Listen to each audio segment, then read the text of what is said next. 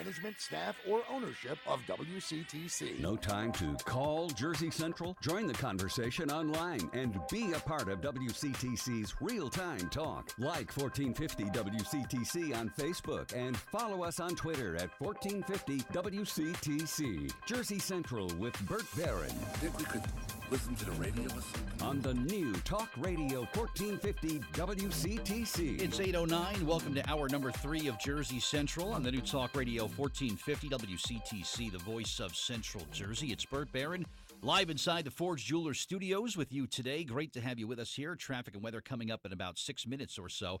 It is time for our New Jersey Monthly as we move on into the December 2016 issue. It's a very special one because New Jersey Monthly magazine celebrating their 40th anniversary, and that's a real special thing for them. And here to celebrate for the hour and talk about the December 2016 issue, 40 Reasons to Love New Jersey. We welcome back magazine editor Ken Schlager. Good morning, Ken. How are you? Good morning. I'm okay. Congratulations. 40 years of New Jersey Monthly magazine, which is a tremendous milestone. Now, I know you weren't there at the very beginning, but what was the objective of the magazine when it launched back in 76?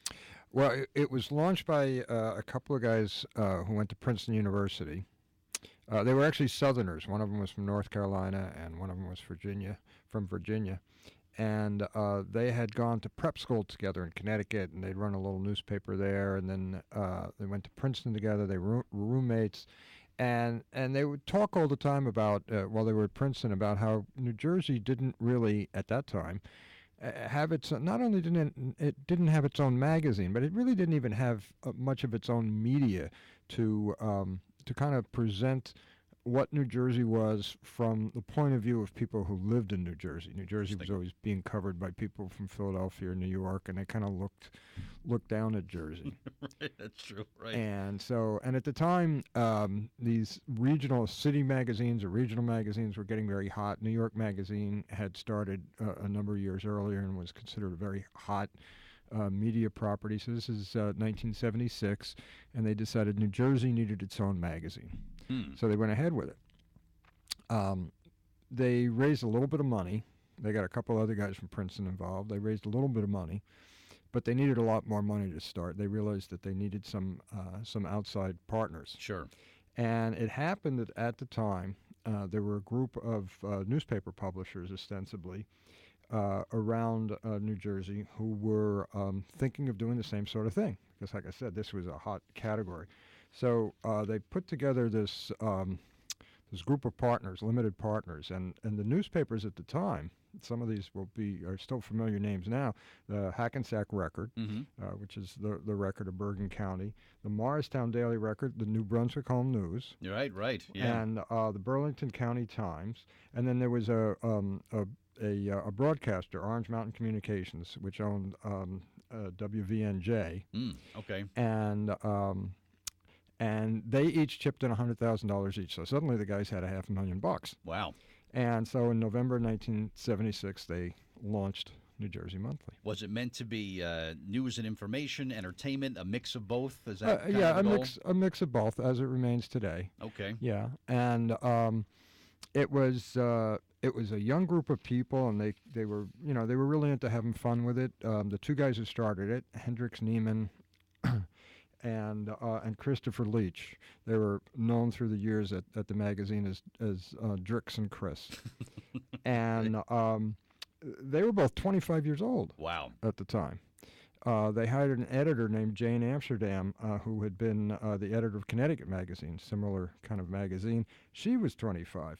Their top reporter that they hired was a woman named Teresa Carpenter, who had just come out of the University of Missouri, my journalism alma mater. Wow. Alma mater. It's Like, early. it's a success factory is what you're saying. Yeah, and so they were very young people. They were having a lot of fun with it. In the first masthead, where they listed all the people who worked at the magazine, they listed a research editor named Jason R. Golden, and it turned out that was Jane Amsterdam, the editor. It was her golden retriever. No way. That's so funny. They were having fun. But they put out a really good magazine from the start. There was a lot of politics in it, and there was a lot of kind of murder and mayhem. They turned over a lot of rocks in this state. Like Early on, investigative reporting was kind of the yeah, slant? but on some kind of smarmy sort of stories. They early on they had a story about a teenage sex ring in Oh, Sussex County, wow. which raised a lot of hackles. They did a cover story on what they called middle class cheats, about people who were collecting unemployment when they were going off on ski trips and trips to the Bahamas. Interesting. But they also did a story. Teresa Carpenter did a story on the Ku Klux Klan in New Jersey. Wow. So they were digging into a lot of interesting stuff. Sounds like it. You sum it up beautifully, by the way. There's an article in here written by you called 40 Years Young. And let me just read, because this opening line here, it's poetry. And I got to give you a lot of credit. It was November 1976. Brendan Byrne was governor. Atlantic City had its first casino.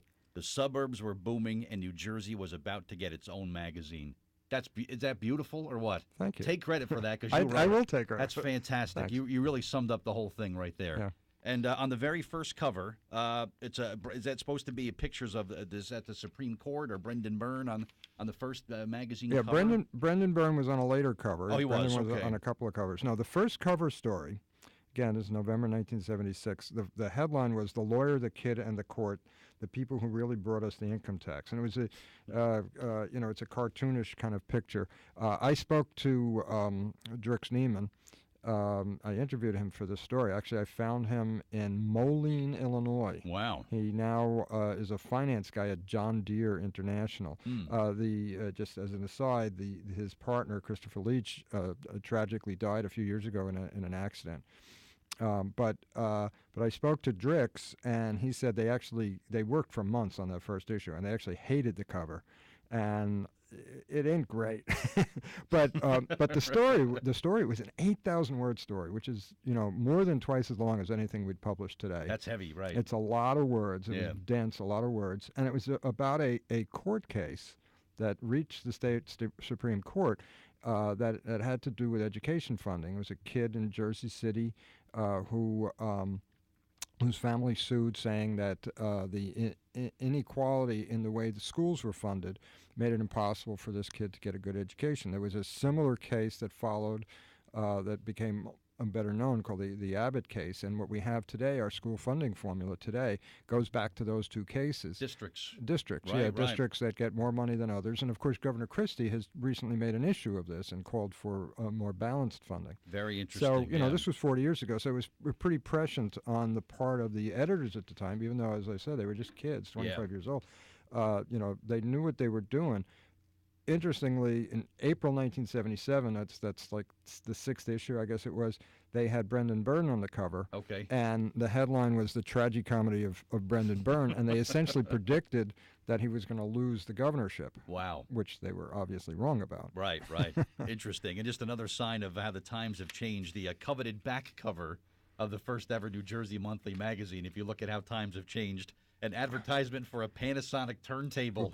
Isn't that great? Yeah. But in that first issue, I'll tell you something. In that first issue, some of the other advertisers were Bambergers. Right? Oh, wow. Okay. Which anybody who's been around New Jersey a long time, that was the place to shop. Atlantic Bank, which I guess doesn't exist anymore, but Forest Gate Country Club. Come on, the first issue? In the first issue, Wow. which is still not only one of your advertisers. Great but partner. I think that was your voice I heard on the ad in the past half hour. You did. You absolutely did. So they were in the first ever issue. In the first ever I wonder issue, if they're yeah. aware of that. That's cool. Yeah, full page ad. Wow, good stuff. Ken and I, we're going to come back. We'll talk more about not only the 40 years of New Jersey Monthly magazine, but also the December issue about 40 things, 40 reasons to love New Jersey. And it's a thorough list, which I certainly enjoyed reading. And we'll go through the list coming up. By the way, questions or comments, give us a call, 732-545-9282 or 888-545.